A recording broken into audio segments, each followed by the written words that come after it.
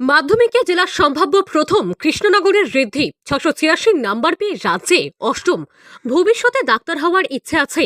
এবারের পরীক্ষায় 686 নাম্বার পেয়ে অষ্টম স্থান অধিকার করে প্রতিক্রিয়া দিলেন নদিয়ার কৃষ্ণনগর কলেজিয়েট স্কুলের ছাত্র ঋদ্ধি মল্লিক। সেই সঙ্গে পরিবার এবং শিক্ষকদের প্রতি কৃতজ্ঞতা প্রকাশ করলেন তিনি। আচ্ছা, এবার মাধ্যমিকে তুমি কত নাম্বার প্রাপ্ত করেছো? আমি মাধ্যমিকে এবার পেলাম 686 686। 686। হ্যাঁ। আচ্ছা, কততম স্থান অধিকার করলে? আমি হয়েছি 8th কোন স্কুল থেকে? Krishnanagar collegiate school. আচ্ছা, যখন জানতে পারলে প্রথম কোথায় জানতে পারলে? টিভি? আমি সত্যি কথা বলতে ঘুমাচ্ছিলাম। কত এখন বাজে 10টা, আমি 8:30 অব্দি ঘুমাচ্ছিলাম। তারপর ঘুম থেকে হঠাৎ মা বাবা ধরপড় করে উঠিয়ে দিয়ে বলছে যে বাবা তুই 8th হয়েছিস। তারপর সবাই ফোন করছে, ফোন করে শুভেচ্ছা বার্তা জানাচ্ছে, তারপর হোয়াটসঅ্যাপে সবাই কংগ্রাচুলেশনস মেসেজ পাঠাচ্ছে। তো সেগুলো থেকে জানতে পারলাম। আমি কেমন লাগছে এখন? এখন অবিশ্বাস্য লাগছে, আমি কোনোদিন আশা করিনি যে আমি 8th হব। মানে সেই হিসাব মতোই ঘুমাচ্ছিলাম। তোমার ইন জেনারেল রুটিন কিরকম ছিল? কতক্ষণ করে পড়তে প্রত্যেকদিন? সত্যি কথা বলতে প্রাইভেট টিউশন প্রাইভেট টিউশন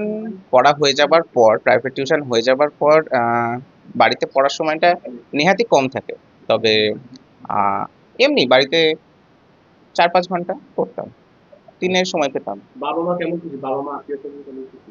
বাবা মা তো সত্যি খুব খুশি, আত্মীয় স্বজনরা শুভেচ্ছা জানাচ্ছে। তবে আমার মনে হয় যিনি সব থেকে খুশি আমার জন্য তিনি হচ্ছে আমার দাদু দিদান আর ঠাকমা দাদু। আমার ঠাকমা গত বছর গত হয়েছেন, কিন্তু আমি অবশ্যই জানি যে তিনিও খুশি, যেখানেই তিনি আছেন তিনিও খুশি। ঋদ্ধি মল্লিক জানান তিনি দিনে 5 থেকে 6 ঘন্টা পড়াশোনা করতেন। পাশাপাশি গেম খেলা এবং ছবি আঁকা তিনি পছন্দ করেন। আগামী দিনে মেডিকেল নিয়ে পড়াশোনা করে ডাক্তার হতে চান তিনি। অন্যদিকে ঋদ্ধি মল্লিকের মাধ্যমিকের এই সাফল্যের খবর পেয়ে শিক্ষক থেকে শুরু করে বিভিন্ন শ্রেণীর মানুষজন শুভেচ্ছা জানাতে শুরু করেছে। আচ্ছা, ছেলের সাফল্যে কেমন খুশি? ছেলে সাফল্যে আমি খুব খুশি হয়েছি।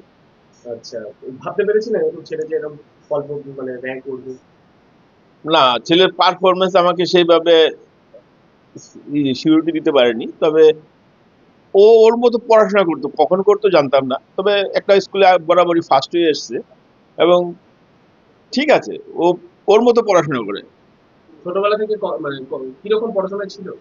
ছোটবেলা থেকে তো বিভিন্ন ধরনের পরীক্ষা, ধরেন আপনার অলিম্পিয়াড, সিলভার জোন বা এসওএফ আর বিভিন্ন ধরনের কম্পিটিশন, ও তো সবগুলিতে মোটামুটি একটা র্যাঙ্ক করেছে অল ইন্ডিয়াতে। ঋদ্ধির মা এবং বাবা পেশায় দুজনেই শিক্ষকতা করেন। ছেলের এই সাফল্যে খুবই খুশি তার মা বাবা থেকে শুরু করে পরিবার সহ আত্মীয় স্বজন। ইতিমধ্যে একের পর এক ফোন আসতে শুরু করেছে অভিনন্দন জানানোর জন্য। ঋদ্ধি জানায়, সত্যি কথা বলতে আমি ঘুমোচ্ছিলাম। আমি 8:30 পর্যন্ত ঘুমোচ্ছিলাম। এরপর ঘুম থেকে মা বাবা ডেকে বলছে, বাবা তুই 8th হয়েছিস। সবাই ফোন করে শুভেচ্ছা বার্তা জানাচ্ছে, ভালোই লাগছে। আচ্ছা, ছেলের এই সাফল্যে কেমন খুশি আপনি? খুব খুশি, ভীষণ খুশি। নাম্বার যেরকম পেয়েছে আপনি স্যাটিসফাইড? হ্যাঁ, নাম্বার যেরকম পেয়েছে স্যাটিসফাইড, তবে কয়েকটা সাবজেক্টে আরেকটু বাড়তেও পারতো। আচ্ছা, কতক্ষণ ধরে ছেলে পড়াশোনা করতো? ও পড়ে খুব কম সময়, নিজের পড়াশোনা বোধহয় 5-6 ঘন্টার বেশি কখনোই পড়ে না। আচ্ছা, 1 থেকে 10 এর মধ্যে এটা ভাবতে পেরেছিলেন? দেখুন ওর যা মানে পড়াশোনার সেখানে আমার একটা আইডিয়া ছিল। ও ছোটবেলায় যেমন ম্যাথ অলিম্পিয়াড, এসওএফ এ ও বহুবার র্যাঙ্ক করেছে, ইন্টারন্যাশনাল র্যাঙ্কও করেছে। তো সেই ক্ষেত্রে ওকে বোঝাতাম যে দেখ বাবা তুই চেষ্টা করলেই পারবি। তো ও বলতো যে না না আমার দ্বারা সম্ভব না। এবার আমি ভেতরে ভেতরে একটা আশাবাদী ছিলাম, এই আর কি, তাই হয়েছে। ছেলেকে উল্লেখ্য, ৮০ দিনের মাথায় ঘোষণা হলো এবছরের মাধ্যমিকের ফলাফল। চলতি বছর মাধ্যমিক পরীক্ষা শুরু হয়েছিল 2রা ফেব্রুয়ারি, শেষ হয় 12ই ফেব্রুয়ারি। চলতি বছরে মাধ্যমিক পরীক্ষা দিয়েছে 9,23,013 জন পড়ুয়া।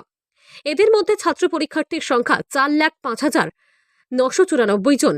ছাত্রী পরীক্ষার্থীদের সংখ্যা 5,170,019 জন। পরীক্ষা কেন্দ্রের সংখ্যা 2,675টি। চলতি বছরের মাধ্যমিক পরীক্ষায় উত্তীর্ণ হয়েছে 7,65,252 জন। এবছরের পরীক্ষায় 7টি কম্পালসারি বিষয় এবং 47টি ঐচ্ছিক বিষয় ছিল। পাশের হার বৃদ্ধি পেয়েছে 86.31%। 2023-এ এই হার ছিল 86.15%। প্রথম 10-এ রয়েছে 57 জন পরীক্ষার্থী। নদিয়া থেকে মৈনাক দেবনাথের রিপোর্ট, লোকাল 18 বাংলা।